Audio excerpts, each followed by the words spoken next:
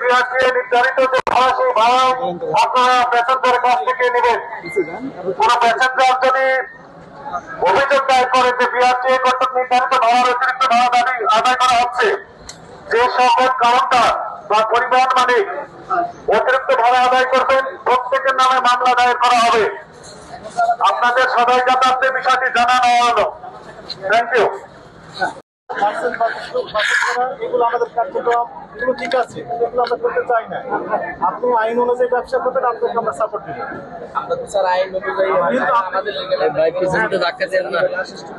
আপনি বেশি কথা বলেন, আপনি অপরাধ করছেন, তারপরে বারবার একই কথা বলছেন, লিগালি লিগালি আছে।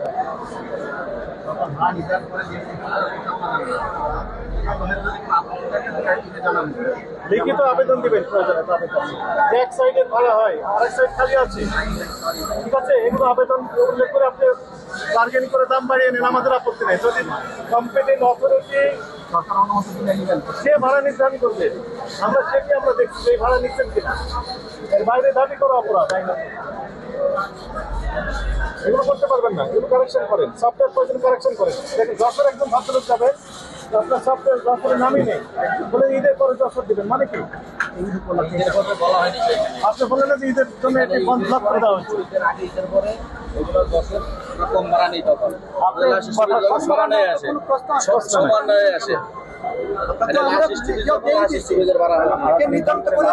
নির্ধারণ করে দিচ্ছে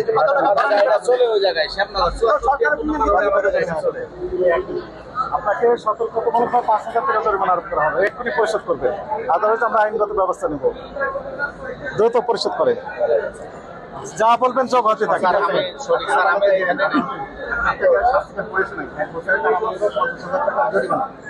অথবা উভয়দণ্ড আছে, আপনার লাইসেন্স বাতিল হতে পারে। এবং বাতিল করার যে কর্তৃপক্ষ আমাদের সাথে রয়েছে সর্বোচ্চ মহল থেকে এখন নির্দেশ এগুলো।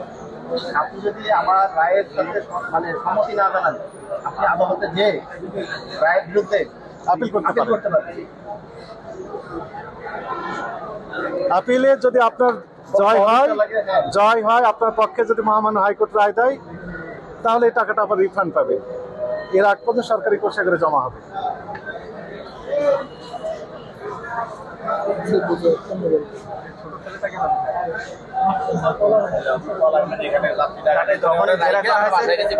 প্রথমে বলছে আমার এখানে কোনো অন্য কোনো যাত্রী নাই, সবই আমার শ্যামনগরে বলেছে। ঠিক আছে, আমরা কথা ডাটা শিট থেকে ফোন দিলাম,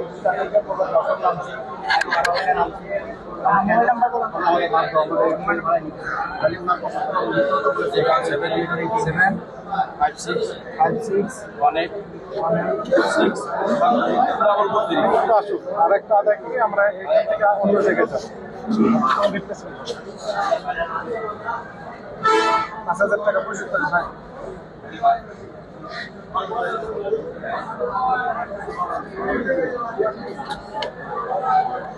বিষয়গুলো আমাদের কাছে কমপ্লেন না আসে, দর্শক দেন আছে, আমরা দেখেছি দর্শক দেন না, ওর সিস্টেমই করেই আছে, দর্শক আছে, দেখলাম আমরা দর্শক চলে যান, অন্য জায়গায় যান, আমরা দেখেছি করেছি দর্শক, ওটা না দর্শক থেকে লেখা আছে, ডাইরেক্ট দর্শক লেখা আছে।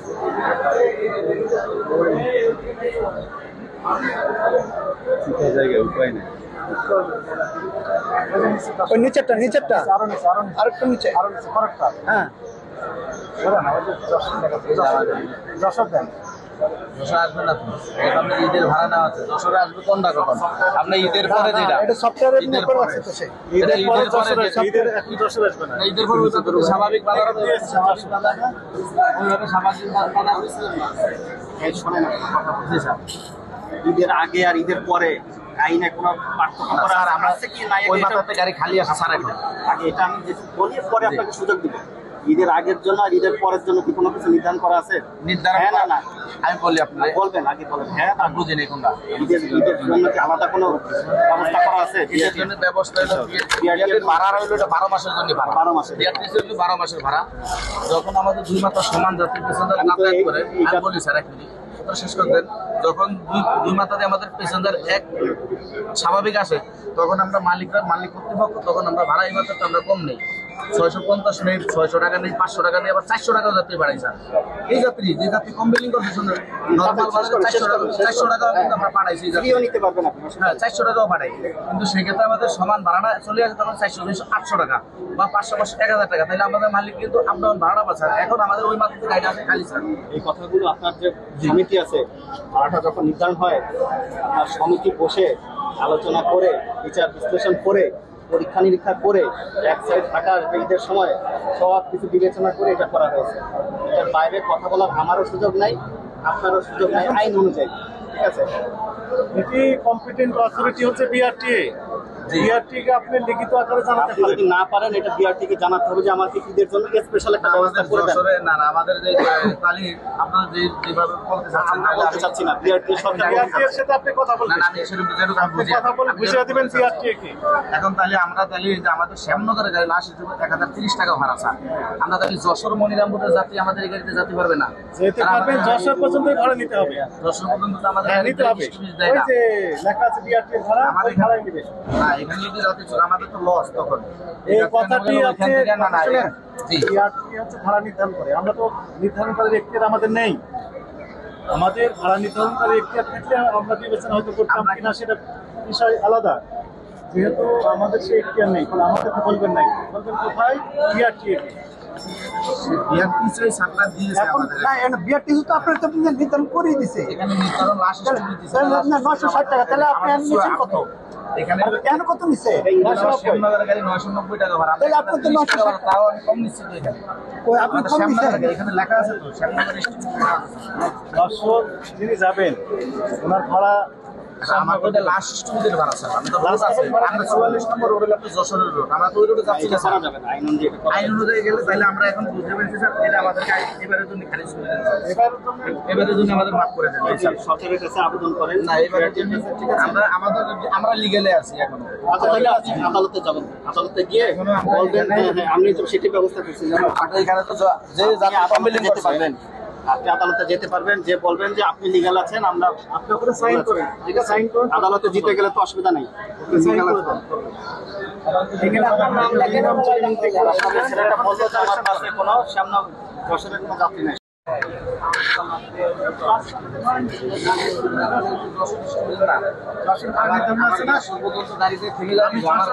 আমার গাড়ি থেমে গেছে। আমি কিন্তু প্যাসেঞ্জার আমার বলা আছে, প্যাসেঞ্জার আমার বলা আছে স্যার। আপনার কথাগুলো সবাই লাইভ দিয়েছে, এটা চলে যাচ্ছে। আচ্ছা, বিআরটিএ কর্মকর্তা রয়েছেন এখানে। ওনার কাছ থেকে আমরা শুনি, উনি যেটা বলবেন সেটি পাইলেন। কথা বুঝেছেন কিনা?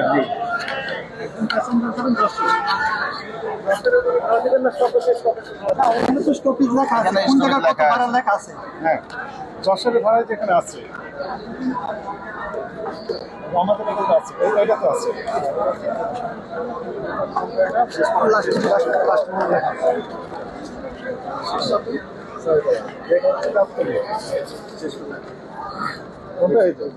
ঢাকা থেকে যশোর। এখানে কিন্তু আপনার রুট এবং কত টাকা ভাড়া প্রতি কিলো অনুযায়ী দেওয়া আছে। আমার কিন্তু আপনি রুট এটা না সিস্টেমে কিন্তু করছেন, স্যার। আমি কথা বলি। জি বলেন। আপনি সিস্টেমে করছেন কি টাকা তো পাই গেছে পর্যন্ত লেখা রাখছেন 960 টাকা। 960 টাকার কথা তো আপনার লোকটা যদি যশোর নামে, তাহলে আপনি ওখানে যদি আপনি এটা রুট নাম্বার কত যশোরের? আমার কিন্তু রুট এটা না, তো আমার তাহলে শোনেন, আমরা এইদিকে শোনেন আগে আপনার রুট নাম্বার নিয়ে অবশ্যই আমার রুট নাম্বারে যাইতে হবে। আমার রুট নাম্বার হলো লাস্ট ভাই রুট নাম্বার, তাহলে আপনি ওই লোকের কাছে বিক্রি করলেন কেন? আমি তো ওনাকে বলা আছে স্যার, ওনাকে বলা আছে আপনি টিকিটটা নিচ্ছেন, আমাদের গাড়ি কিন্তু যশোর মনিরামপুর কেশবপুর হয়ে আমাদের গাড়িটা শ্যামনগর কালীগঞ্জ পর্যন্ত যাবো, কিন্তু আমাদের লাস্ট ইস্যু আমরা তাহলে মনিরামপুর আপনি যশোর ওনার কাছে বেছি না। বিক্রি করলেন কেন? আমরা এই বন্ধু বেশি না, যদি আপনি যাইতে ইচ্ছুক ওই লোক তাহলে আমরা কমপ্লেন বেচবো। করলো কেন যে আমি আচ্ছা, তাহলে কোন রেটে গেছেন? আমরা যে 74 এই যে 74 আমার আর রুট নাম্বার লোকেশন না 73 যদি যেয়ে থাকে তাহলে যে আমরা 7 কিলো লাস্ট স্টুডেন্ট ভাড়া 960 টাকা, নিয়েছে 990 টাকা। লাস্ট স্টুডেন্ট ভাড়া আমরা 38 টাকা বেশি না না এইভাবে বলা আছে ওনাকে। এবার যদি আপনি এই গাড়িটা দেন, এই গাড়িটা কিন্তু আমাদের পরে গাড়ি, আগের গাড়ি হলো আমাদের এই গাড়িটা ছড়াবাদ, এই গাড়িটা যদি আগে যান তাহলে আমাদের ভাড়া হলো 1030 টাকা। আজকে পরে গেলে আরো না ভাড়া বেড়ে না যাবে। না বেড়ে না, আমাদের গাড়ির রুট আছে, একটা মানুষ জরুরি থাকতে পারে, কিন্তু আপনি এই গাড়িটা আমাদের সাতক্ষীরা গাড়িতে টিকিট নেয়নি, সেদিন শ্যামনগর আমরা বলা আছে শ্যামনগরের গাড়ি স্যার ভাড়া আপনি গেছেন তো যশোর এবং বাধ্য করেছেন আপনাকে, উনি বলেছেন আমাদের কাছে, মোবাইল ফোনে আমরা কথা বলেছি প্যাসেঞ্জারের সাথে। কত নম্বর সিট আপনি সই করেন, এখানে সই করেন। কত নাম্বার ছিল? এখানে সাইন করেন। সবাই একই কথা বলছে, একটা মিথ্যা কথা বলছে যে এই বাসেগুলো বসার কোনো লাভ নেই।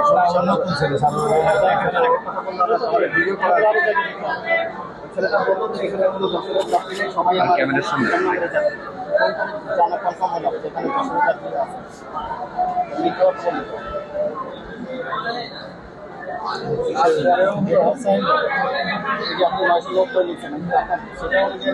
আমার এখানে ভাড়া যেটা স্যার আমরা কিন্তু ওইটাই নিচ্ছি। 960 টাকা এখন তো লেখা আছে। 960 টাকা ভাড়া। 900